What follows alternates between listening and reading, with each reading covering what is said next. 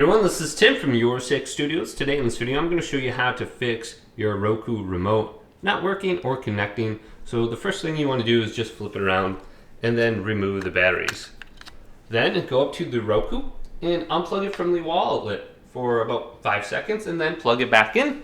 And then it's going to reset. So let's go and do that right now. And we're just going to reset our remote and then repair it. And that is the easiest way to get it to work again.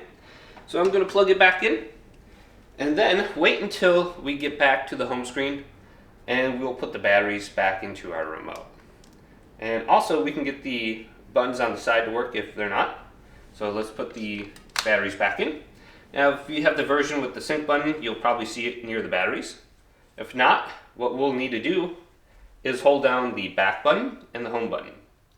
So let's do that at the same time. And you'll see a green blinking light display on the remote.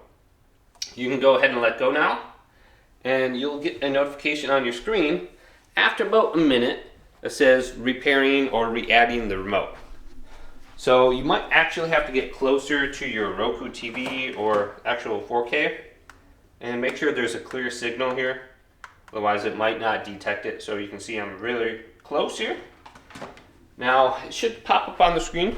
And there it is, pairing remote, and you should be good to go.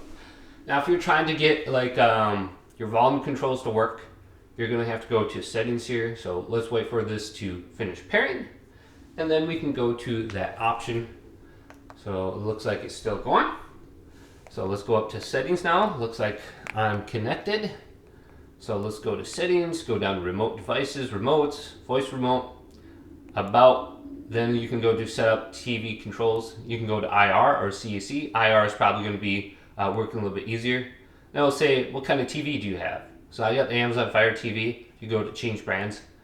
Do you hear music playing? Yes. And then your remote should be set up with the volume controls and the mute and the power button. So hopefully this video did indeed help you out. If it did, leave it a big thumbs up and subscribe to my channel down below for more technical videos coming up next on Your 6 Studios.